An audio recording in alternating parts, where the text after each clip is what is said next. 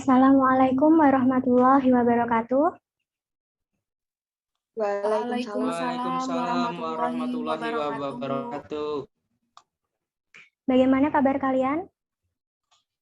Baik, Bu. Alhamdulillah baik, Bu. Alhamdulillah, semoga kita tetap dalam keadaan baik-baik saja. Untuk ketua kelas, silahkan memimpin doa terlebih dahulu sebelum kita memulai pembelajaran. Baik, Bu. Untuk mengawali pembelajaran pada pagi hari ini, marilah kita mulai dengan berdoa. Berdoa dilaksanakan dari rumah masing-masing.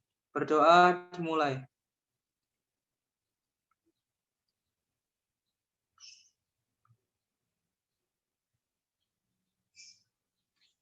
Berdoa selesai.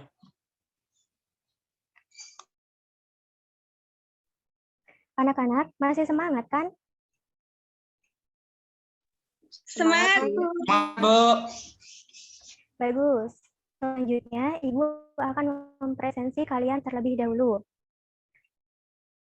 Ita Fitria. Hadir, Bu. Sri Dewi Ayu Shiva. Hadir, Bu. Syahrul Ain. Hadir, Bu. Wulan Indah Sundari. Hadir, Bu. Anak-anak, setelah saya cek dari daftar kehadiran, alhamdulillah untuk hari ini, ternyata kelas kalian hadir semua untuk mengikuti pembelajaran bahasa Indonesia. Baiklah, kalau pertemuan minggu lalu, kita sudah mempelajari tentang teks laporan hasil observasi. Untuk pertemuan hari ini, masih sama, yaitu tentang teks laporan hasil observasi. Kita mereview dari pertemuan kemarin. Apa itu pengertian teks laporan hasil observasi? Ada yang tahu? Saya, Bu, tahu. Teks Ya, laporan Syifa. hasil observasi adalah teks yang berisi hasil pengamatan yang disusun secara sistematis. Bagus sekali jawabannya. Ya, benar. Teks laporan hasil observasi merupakan teks yang berisi hasil pengamatan yang disusun secara sistematis. Lalu, siapa yang masih ingat apa saja ciri-ciri teks laporan hasil observasi? Izin menjawab, Bu. Ya, Wulan, silakan. Ciri-ciri teks laporan hasil observasi yaitu mengandung fakta, bersifat objektif, ditulis lengkap dan menyeluruh, bersifat terbaru, menambah pengetahuan dan wawasan pembaca. Ya, benar sekali, Wulan. Jika kalian memang masih ingat pembelajaran minggu lalu, maka saya akan melanjutkan pembelajaran hari ini, yaitu tentang memproduksi teks laporan hasil observasi. Sebelumnya, saya akan jelaskan kembali mengenai struktur dan kebiasaan teks laporan hasil observasi. Silakan disimak.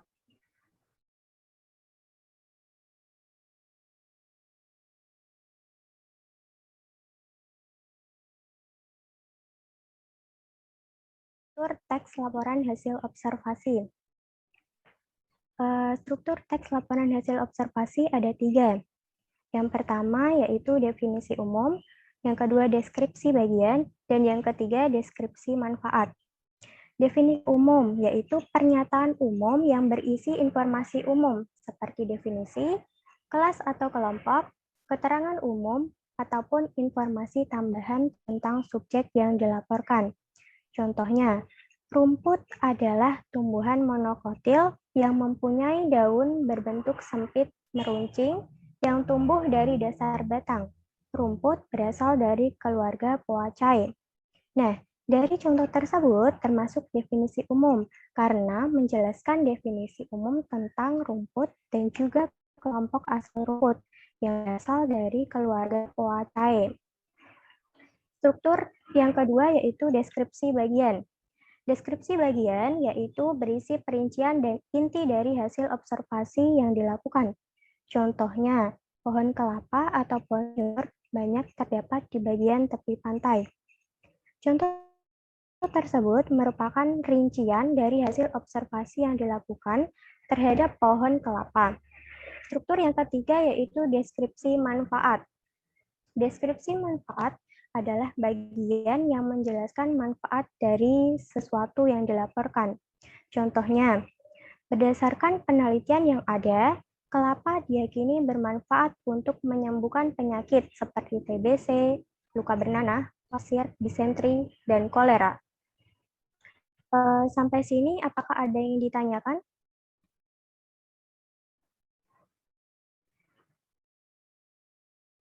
Belum, Bu. Tidak, Bu. Baik, jika belum ada pertanyaan, saya lanjutkan mengenai ciri kebahasaan teks laporan hasil observasi. Ciri kebahasaan teks laporan hasil observasi ada 4.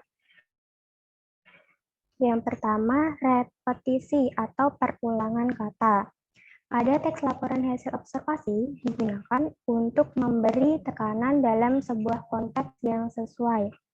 Contoh, kura-kura merupakan hewan dari kelas reptil.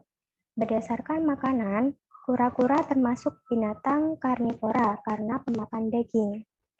Nah, kata kura-kura diulang sebanyak 2 kali karena kata tersebut dianggap penting untuk memberi tekanan dalam teks laporan hasil observasi. Saya minta salah satu anak untuk membuat contoh repetisi dalam teks laporan hasil observasi. Siapa yang ingin mencoba membuat?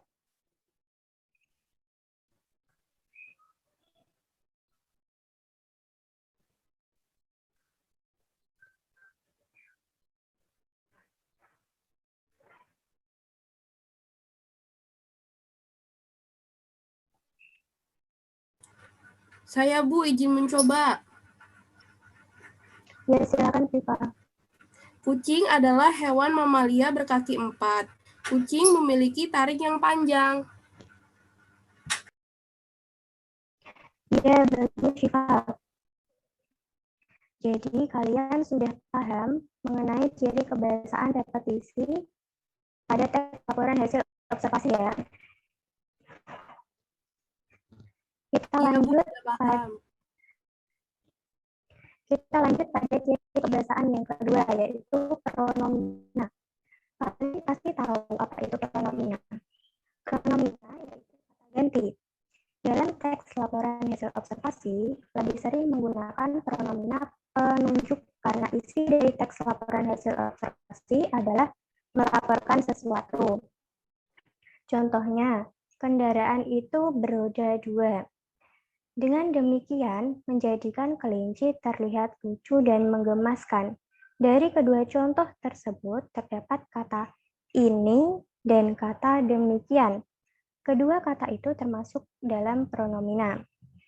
Ciri kebahasaan yang ketiga, yaitu konjungsi.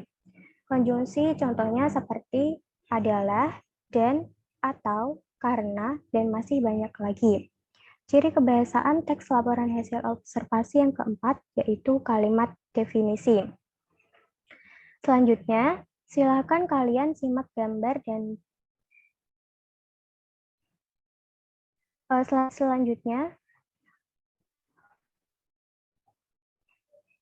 selanjutnya silakan kalian simak gambar dan teks yang saya tampilkan tentang kelinci.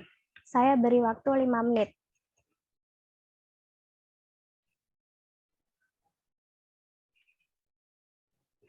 Baik, sudah 5 menit ya.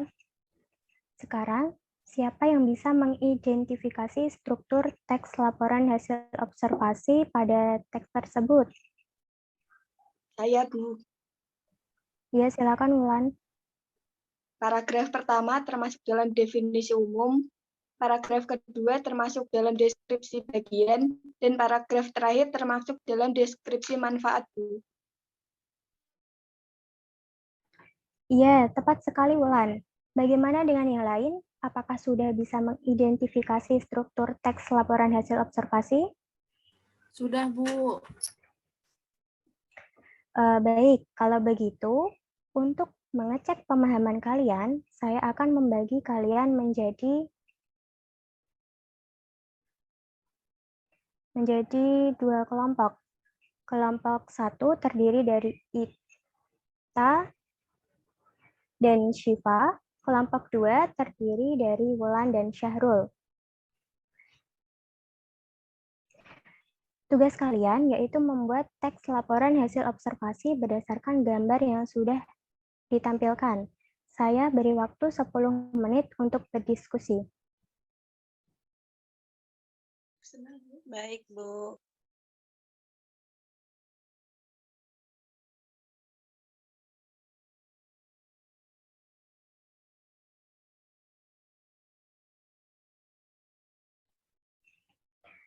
Anak-anak, sudah 10 menit ya. Silakan perwakilan dari kelompok 1 membacakan hasil diskusinya.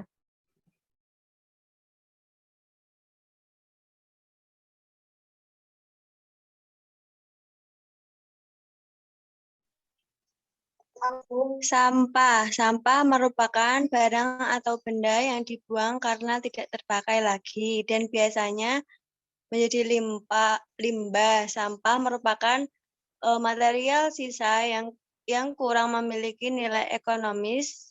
Sampah sendiri bisa berasal dari manusia, alam, pertambangan, dan lainnya. Sampah menjadi salah satu masalah serius yang harus diatasi, khususnya di kota-kota besar. Banyak sekali bencana yang ditimbulkan akibat pembuangan sampah sembarangan, misalnya banjir. Sampah berdasarkan pada sifatnya dibedakan menjadi dua, yaitu sampah organik dan sampah anorganik. Sampah organik merupakan jenis sampah yang dapat diuraikan atau mudah membusuk. Sampah organik biasanya berasal dari tumbuh-tumbuhan. Contohnya adalah sisa sayuran, buah-buahan, dan yang lainnya.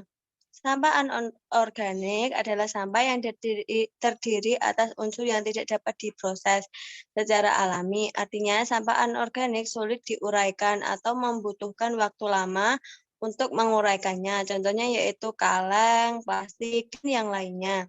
Sampah organik terbagi lagi menjadi sampah organik basah atau sampah organik yang masih mengandung air, misalnya kulit buah atau sayuran, dan sampah organik kering, misalnya dedaunan kering dan ranting pohon. Sampah anorganik dapat dibedakan menjadi dua, yaitu sampah anorganik yang dapat didaur ulang dan sampah anorganik yang tidak dapat didaur ulang, non-recycle. Sampah recycle contohnya adalah sampah plastik yang tidak terpakai. Nah, bisa menjadi bahan daur ulang untuk menciptakan barang yang memiliki nilai guna dan ekonomi, serta sampah yang tidak dapat didaur ulang adalah charcoal dan carbon paper. Semua sampah sebenarnya masih bisa dimanfaatkan, tergantung pada kreativitas yang dimiliki seseorang. Misalnya, sampah organik cocok untuk pembuatan pupuk kompos yang baik untuk perkembangan tumbuhan dan kesuburan tanah. Tak hanya itu, sampah anorganik juga bisa didaur ulang menjadi peralatan yang mempunyai fungsi dan nilai jual tinggi. Misalnya, plastik bisa didaur ulang menjadi peralatan atau mainan yang terbuat dari bahan dasar plastik. Seperti itu, Bu. Terima kasih, Ita. Silahkan perwakilan dari kelompok 2 memaparkan hasil diskusi dari identifikasi struktur teks laporan hasil observasi yang dibacakan oleh kelompok 1 tadi. Ayo, siapa? Saya, Bu. Silakan, Dari Syahrul. Ya, Bu. Dari hasil diskusi kelompok kami, paragraf 1 dan 2 termasuk dalam definisi umum. Paragraf 3 sampai 6 termasuk dalam deskripsi bagian. Sedangkan paragraf 7 termasuk dalam deskripsi manfaat. Mungkin itu, Bu, yang dapat saya sampaikan. Baik, terima kasih, Syahrul. Dari hasil diskusi kita pada hari ini, kalian sudah dapat memahami materi tentang teks laporan hasil observasi. Untuk dapat lebih memahami materi pada hari ini, saya beri tugas kepada kalian. Tugasnya Sudah saya kirim melalui WhatsApp grup. Waktu pengerjaan yaitu 1 minggu dan dikumpulkan melalui email saya. Apakah ada yang ingin ditanyakan? Tidak ada, Bu. Bu, sudah paham. Baik, jika tidak ada, maka pembelajaran hari ini kita tutup. Jangan lupa tugasnya dikerjakan dan tetap belajar ya. Cukup sekian. Wassalamualaikum warahmatullahi wabarakatuh. Waalaikumsalam. Waalaikumsalam warahmatullahi wabarakatuh. Terima kasih, Bu.